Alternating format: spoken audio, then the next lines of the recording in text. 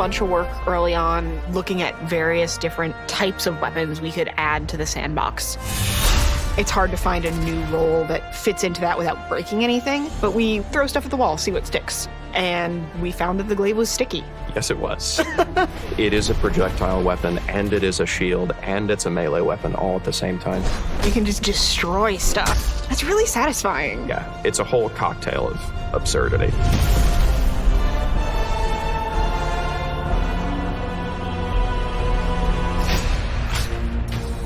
Adding anything new to a sandbox, it's never not going to be difficult. It's kind of amazing to think how many development hours went into this. A designer dedicated just to the glaive for almost a year, like 6 months animator time, a ton of engineering support. And it's so different than we thought it was going to be from the outset. Yeah. The amount of iteration that went into this resulted in something I think is really special. When we first started running playtests with it, they were way too strong. And that's a good thing. That's a good problem to have.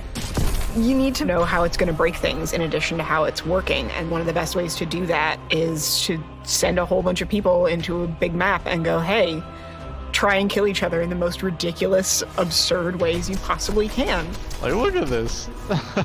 You're not really playtesting if nobody is being an insufferable little trash goblin. It's my kind of play style. I like getting into the face. It's a thing that I feel like doesn't get talked about enough. The importance of breaking whatever it is you're working on in order to make sure that it's functional and that we can ship it in a healthy way. It's very fun. I like meleeing that fast. We had a bunch of folks playing through using the glaive and listening to them come out of that playtest and be like, wow, I felt like a badass. We knew that we were going in the right direction at that point. Up to this point, our primary melee-focused weapon archetype has been swords. We pull the camera out in third person because a lot of time, you're taking these really big swings that are going to hit things that would be outside your field of view if you were in first person.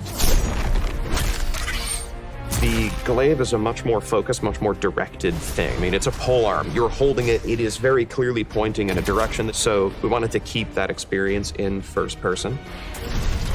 It has an immediacy that I think would have been lost if we were exclusively in third person. We had an idea of what we wanted it to be, and we knew we could get there. And after a year seeing it, it's like, oh, of course we made that. That's what we're aiming at the whole time, right? But it's not. It's something completely new and completely unique. One of the things that I think is so exciting about the glaive is it's the kind of weapon you can only find in a Bungie game. It doesn't exist outside of the Destiny universe.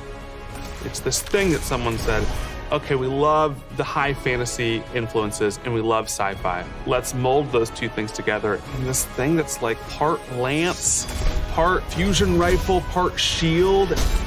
And it comes together to create this experience that you can only find in Destiny. This thing is awesome. A sword, a gun, and a shield all at once. It's just something we're really excited for. I can't wait for players to get their hands on the glaive.